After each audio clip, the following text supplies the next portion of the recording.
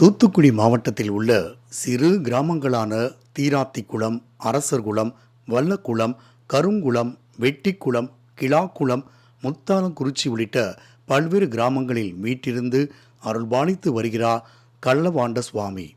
ராமாயண காலத்தில் வானரப்படையின் தலைவனான வாலியை ராமபிரான் மறைந்திருந்து வதம் செய்வார். அதற்கு பிராயச்சித்தமாக கிருஷ்ணர் அவதாரத்தில் கள்ளவாண்ட சுவாமி என்ற பெயரில் கோவில் கொண்டு சுடு சோற்றை உடலில் பூசிக்கொள்வதாக ராமபிரான் வாலிக்கு வாக்களித்ததாக புராண வரலாறு கூறுகிறது. வாலியின் வதம் காட்டுப்பகுதியில் திறந்த வெளியில் நடந்ததால் இக்கோவிலும் அனைத்து கிராமங்களிலும் ஒதுக்குப்புறமாக திறந்த வெளியிலேயே அமைக்கப்பட்டுள்ளது. மண்டபம், கோபுரம் என எந்த அமைப்புகளும் இக்கோவிலில் காணப்படாதது தனி சிறப்பு.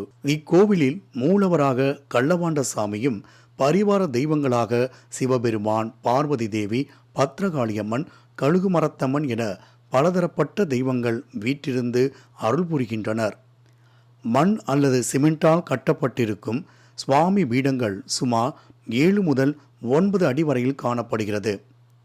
பக்தர்கள் தலையை மேலே தூக்கித்தான் சாமியை தரிசிக்க வேண்டுமென்பது இக்கோவிலில் மற்றொரு சிறப்பு. இக்கோவில்களில் பெரும்பாலும் ஆண்டுதோறும் சித்திரை அல்லது ஆவணி மாதங்களில் திருவிழா வெகு விமர்சையாக நடைபெறும். செவ்வாய், புதன் என 2 நாட்கள் நடைபெறும் இத்திருவிழாவில் ஏராளமான பக்தர்கள் பங்கேற்று சுவாமியை வழிபட்டு செல்வர். திருவிழாவை முன்னிட்டு கோவிலில் அலங்கார பந்தல் அமைத்து கிராமம் முழுவதும் வண்ண வண்ண விளக்குகளால் அலங்கரித்து ஊரே களைகட்டி காணப்படும். முதல் நாளான செவ்வாய்க்கிழமை காலையில் ஆறு அல்லது கடல் உள்ளிட்ட புண்ணிய தீர்த்தங்களில் குடங்களில் தீர்த்தம் எடுத்து ஊர்வலமாக கோவிலுக்கு வருவர். அப்போது சீலைப்பெட்டி எனப்படும் சாமியின் அலங்கார பொருள்களையும் எடுத்துச் செல்வர். பின்னர் சுவாமிக்கு அலங்காரம் செய்யப்பட்டு சிறப்பு பூஜைகள் நடைபெறும். அப்போது மேளதாளங்கள் இசைக்க பக்தர் ஒருவர் ஆக்ரோஷமாக சாமியாடி அருள்வாக்கு சொல்வார். தொடர்ந்து இரவு 8 மணிக்கு மேல் திருவிழா மீண்டும் தொடங்கும். அப்போது சாமிக்கு வண்ண வண்ண மலர்களால் அலங்காரம் செய்யப்பட்டு கள்ளவாண்ட சாமிக்கு வெள்ளை வேட்டி, சிவபெருமானுக்கு காவி வேட்டி, பார்வதி மற்றும் பத்ரகாளி அம்மனுக்கு பட்டுச்சேலை உடுத்தி அலங்காரம் செய்வர். பின்னர் சாமி முன்பு தேங்காய் பழம், வெற்றிலைப்பாக்கு, இளநீர், சர்க்கரை பொங்கல் உள்ளிட்டவை படைப்பர். மேலும் சாமியின் பீடத்தின் அருகே அரிவாள், ஈட்டி உள்ளிட்ட ஆயுதங்களை வைத்து நள்ளிரவு 12 மணிக்கு சிறப்பு பூஜை நடைபெறும்.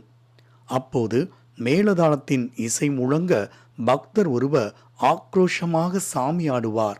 தொடர்ந்து வெற்றிலைப்பாக்கை வேட்டில் வைத்து அதனை சாமியாடியின் இடுப்பில் கட்டி விடுவர். பின்னர் பக்தர்கள் வேட்டை மாலை எனப்படும் நறுமண பூக்கள் கொண்ட மாலைகளை சாமியாடியின் கழுத்தில் போட்டு அரிவாள், ஈட்டி, ராட்சத தீப்பந்தம் ஆகியவற்றை கையில் கொடுத்து வேட்டைக்கு அனுப்புவர். நடுச்சாமத்தில் நடைபயணமாக காடு சுற்றி பார்க்க செல்லும் சாமி பல கிலோமீட்டர் தூரம் காட்டுப்பகுதியில் சுற்றி திரிவார். அப்படி செல்லும் சாமி மொத்தம் 3 இடங்களில் பனை மரத்திற்கு அருகே வெற்றிலை, பாக்கு, மாலை ஆகியவற்றை வைத்து படப்பு போடுவார். பின்னர் அதில் ஒரு வெற்றிலை பாக்கை எடுத்து வாயில் போட்டு மென்று உமிழ்வார். இந்த பூமாலை மற்றும் வெற்றிலை பாக்கை யாரேனும் எதிர்பாராத விதமாக கண்டெடுத்தால் அவரது குடும்பத்திற்கு செல்வச் செழிப்பு உண்டாகும் என்பது பக்தர்களின் அசைக்க முடியாத நம்பிக்கையாக இருந்து வருகிறது. சாமி காடு சுற்றி பார்க்க சென்ற நேரத்தில் கோவிலில் பக்தர்கள் 20க்கும் மேற்பட்ட ராட்சத மண்பானைகளில் பொட்டு வைத்து அதில் பச்சரிசி, தண்ணீர் இட்டு பனை ஓலையால் தீயிட்டு கொதிக்க வைப்பர். தண்ணீர் விரைவில் கொதிப்பதற்காக பக்தர்கள் போட்டி போட்டு தீ போடுவர். அப்போது தீஜ்வாலைகள் 6 அடி உயரத்துக்கு மேல் எழும்பும். இதற்கிடையே காடு சுற்றி பார்க்க சென்ற சாமி மிகுந்த களைப்போடு வருவார். அவரின் தாகத்தை தீர்க்க பக்தர்கள் பனை ஓலையால் செய்யப்பட்ட பட்டையில் தண்ணீர், பானகரம், பால், பழம் உள்ளிட்டவற்றை கொடுத்து சாமியை ஆசுவாசப்படுத்துவர். பின்னர் சாமி தென்னம்பூவால் பானையில் உள்ள சுடுசோற்றை உடலில் பூசிக்கொள்ளும் வினோத நிகழ்வு நடைபெறும்.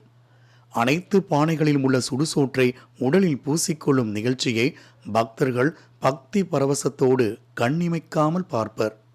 கள்ளவாண்டசாமிக்கு வேட்டைப்பானை போடுவதாக வேண்டிக் கொண்டால் விவசாயத்தில் அதிக மகசூல், கல்வியில் முன்னேற்றம், வேலைவாய்ப்பு, திருமணம், குழந்தை பாக்கியம் போன்ற வேண்டுதல்கள் நிறைவேறும் என்பது பக்தர்களின் நம்பிக்கையாக உள்ளது.